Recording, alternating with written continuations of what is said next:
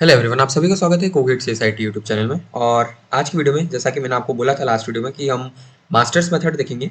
And मैं आपको directly जो फाइनल मॉडिफिकेशन है हमारा मास्टर्स मेथड का सिर्फ वही बताऊंगा, क्योंकि उसके अंदर सारे केसेस कवर हो गए जो मैंने पहले लिखे हुए हैं, तो इसलिए मैं आपको डायरेक्ट ये वाला बता रहा हूँ।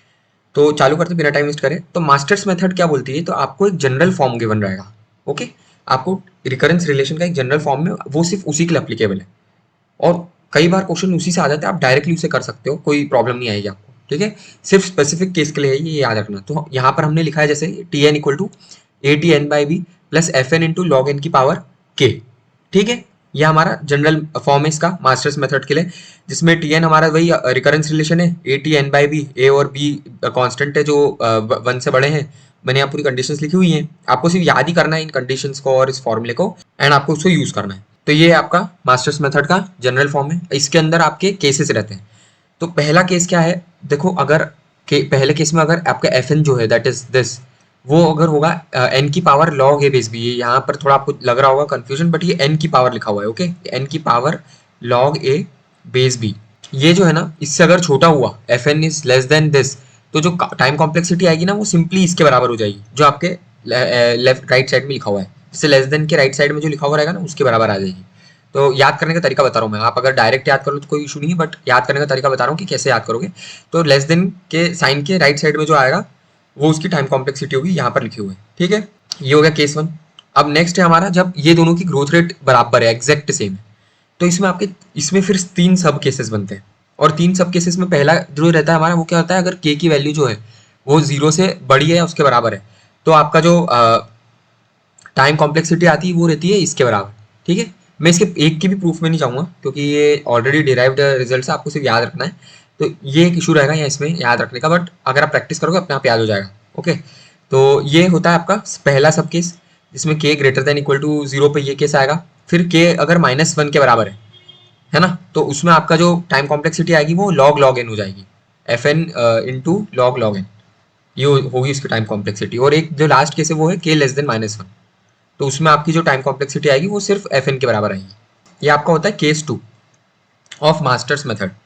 ये मास्टर्स मेथड का पहला फॉर्म है जिसका फाइनल मॉडिफिकेशन मैं आपको बता रहा हूँ। नेक्स्ट वीडियो जो रहेगा पार्ट 2, उसमें हम सेकंड फॉर्म देखेंगे और उस वो भी फाइनल मॉडिफिकेशन आपको बताऊंगा मैं। ठीक है, तो आपको इतना इशू नहीं आएगा। केस 3 क्या बोल रहा है, तो F N is greater than N की power log A base B. तो अगर ये ऐसी ऐसी कंडीशन आ रही तो इसमें फिर आपके 2 सब केसेस बनते हैं, पहला एक ये और एक ये। पहला बोलता है अगर के ग्रेटर देन इक्वल टू 0 है तो आपकी जो टाइम कॉम्प्लेक्सिटी वो एफ एन लॉग एन की पावर के बराबर आएगी, तो जो ये प्लस के बाद में लिखा है ना उसके बराबर। और अगर के लेस देन 0 है तो ये आएगा आपका। ठीक है, ये हो गया आपका मास्टर्स मेथड का फर्स्ट पार्ट। इसके रिलेटेड बहुत सारे क्वेश्चन है, तो मैं आपको एक दो क्वेश्चन करा देता हूँ, एंड नेक्स्ट वीडियो में हम इसका सेकंड फॉर्म जो है वो देखेंगे। तो अब जैसे यहाँ पर दिया आपको क्वेश्चन में T N equal to 2t n/2 plus N. अब आपको कुछ नहीं करना है, आपको सिर्फ कंपेयर करना है इस पूरे एक्सप्रेशन को, गिवन एक्सप्रेशन को, जो आपका जनरल एक्सप्रेशन है मास्टर्स मेथड का, जो क्या है, T of N is equal to A T N by B. ठीक है, ये आपका जनरल फॉर्म था। तो आपको क्या करना है, यहाँ पे एक एक करके चालू करना है, कंपेयर करना साइड बाय साइड। यहाँ 2 है, यहाँ पर ए है, तो ए की वैल्यू 2 हो गई। यहाँ पर 2 है, यहाँ पर बी है, तो यहाँ एक बी की वैल्यू 2 हो गई। यहाँ पर एन लिखा हुआ है तो यहाँ एफ एन है, तो एफ एन जो होगा वो एन के बराबर होगा। और यहाँ लॉग वाली चीज लिखी नहीं, तो उसको हम इस तरह लिख देंगे, लॉग एन की पावर 0। तो लॉग एन की पावर 0 अगर लिखा है मैंने, जो पावर रहेगी वो हो जाएगी के बराबर, तो के यहाँ 0 रहेगा। ठीक है, तो इसमें आपको मैच करना है कौन सा केस आएगा, वो केस आपने ले लिया, उसके बाद में आप इसमें फॉर्मूले में अप्लाई करके फाइनल आउटपुट निकाल लो। सिमिलर क्वेश्चन है आपका 2 second question, third question and fourth question. ये चारों क्वेश्चन सिमिलर है, मैंने आपको एक क्वेश्चन प्रैक्टिस के लिए करा दिया है।